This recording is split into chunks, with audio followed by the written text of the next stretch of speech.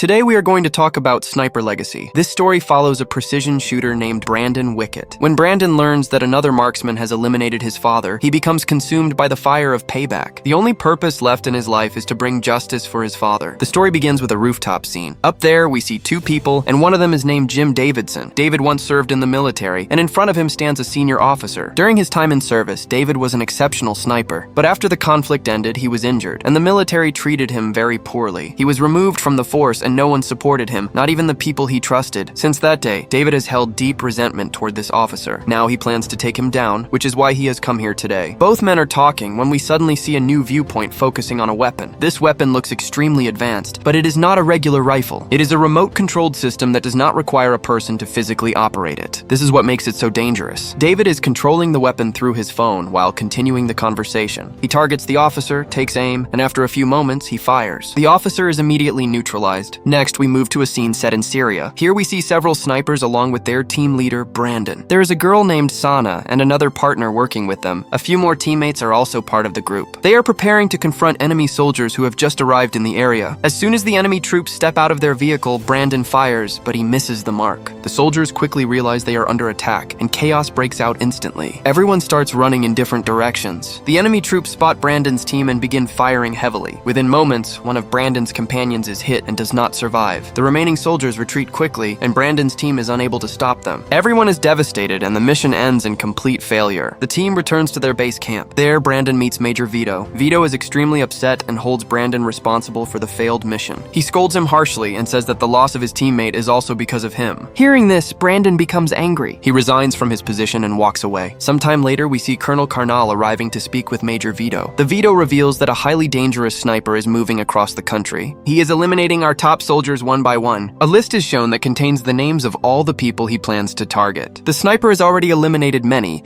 and Thomas's name is also on the list. Thomas was one of the most respected officers in the force, but now David has taken him down as well. Thomas was also Brandon's father, and this fills Brandon with intense anger. He says that he will soon bring this man to justice. Colonel Carnal then tells him the name of the attacker and says his name is Davidson. They begin planning how to take David down. We then see Brandon sitting in a bar with Sana. Sana asks him why he resigned, and they continue discussing the decision. She asks him why he chose to become a sniper. Brandon explains that he was previously in the army, fighting a conflict in Congo. Their side was close to winning, and they had taken control over the enemy positions. Then suddenly, a hidden attacker began taking down all their soldiers. Before they could locate him, he had already neutralized most of their team. They could not return fire because they had no clue where he was positioned. His aim was precise, while their shots were going blindly in every direction. After that incident, Brandon was devastated. He later discovered that the one responsible was a sniper. That day, he decided to become a dedicated sniper himself, determined to face enemies in the same way. Since then, he has trained as a specialized marksman. At that moment, Reese arrives and becomes furious. He shouts at Brandon and asks why he resigned. He tells him they have a new mission ahead, and without Brandon, the mission cannot be completed. He demands that Brandon retract his resignation and stop acting stubbornly. Their argument escalates, and they eventually begin fighting. The fight continues for a long time, while Sana repeatedly tries to stop them. Brandon refuses to change his decision and insists he will not return. During the struggle, Brandon unintentionally knocks Reese unconscious. Everyone outside sees the fight and runs away. Brandon immediately grabs Sana and carries her outside. Brandon says the threat has spread everywhere and that the attacker even took down his father. But deep inside, he fears that his father might still be alive because he knows how strong he is. He believes eliminating his father would not be easy, which is why he keeps searching for him. After this, Brandon goes home.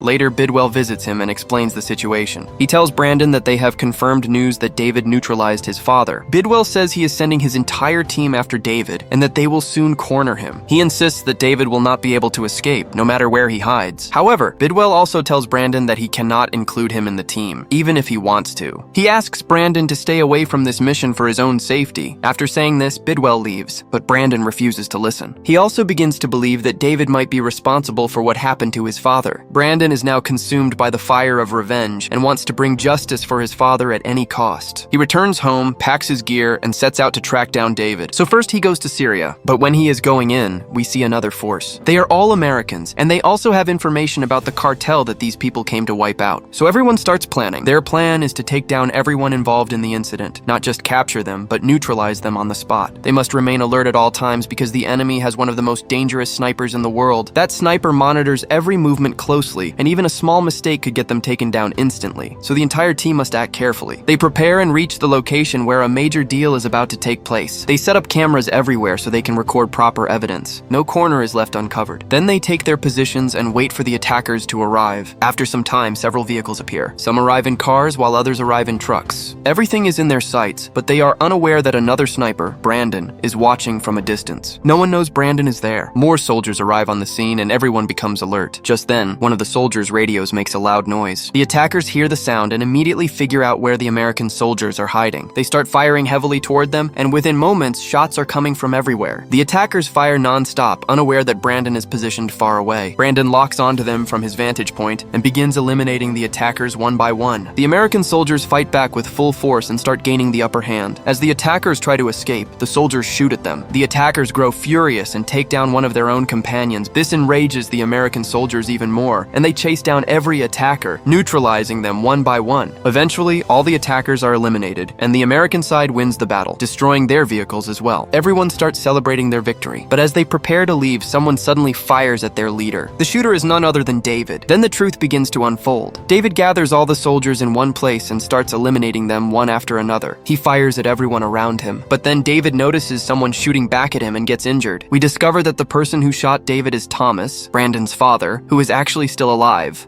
David, now wounded, begins running toward the forest. Everyone scatters and starts chasing him. Brandon runs after him from one side. David continues running through the dense forest. Soon, all the pursuers gather at a particular spot. They then plan their next move and decide to spread out in different areas to search for him thoroughly. Everyone splits up and begins searching for him throughout the forest. Morning arrives. As Sana moves forward, a female sniper suddenly ambushes her and starts firing. But Sana is not inexperienced, and she knows exactly how to deal with such threats. She begins outsmarting her, distracting her again and again. Eventually, Sana fires back and injures the woman. As soon as the attacker is down, Sana neutralizes her. Another member of the enemy group rushes in and starts firing heavily, dodging his attacks repeatedly. After a while, the man gets close enough to strike her and knocks her unconscious with a blade. As the man collapses from injuries, the attacker also eliminates the victim. Then we see Brandon. Brandon knows David's exact location, so he heads toward him. He sees David standing right in front of him, but Brandon knows David is not a beginner and is far more skilled than him, so he must have planned something. Even though Brandon is inexperienced compared to David, he prepares to take the shot. Right then, David attacks first. The two get into a brutal fight. They fight for a long time, matching each other move for move. In the end, David overpowers Brandon and knocks him unconscious. Before Brandon can get back up, David disappears into the forest. Thomas then arrives at the scene. Brandon is overwhelmed with joy when he sees his father alive because everyone believed Thomas had been eliminated. The rest of the team also arrives, and they all express relief and happiness seeing Thomas alive. They leave together. Soon, they receive information that their mission is shifting to Greece and that David is their primary target. They prepare to go together. Everyone begins wondering why David is eliminating people one by one. Thomas explains that David served with him in the Marines and was once a close friend. But everything changed when David developed severe trauma after years of conflict. He began seeing everyone as an enemy and slowly lost control of himself. The next morning, Thomas speaks to Brandon. He hands him his rifle and says that everything is now in Brandon's hands. He tells him that from this moment onward, the rifle belongs to him. Brandon understands the weight of this responsibility because his father was known for exceptional skill. The team then arrives in Greece. Thomas discusses a plan with Colonel Carnal. Carnal and Thomas are the strongest and most experienced soldiers among all those targeted by David. Both know that David will definitely try to come after them. Everyone takes their positions carefully, preparing for David's attack. Each person chooses a strategic location from where they can watch every angle.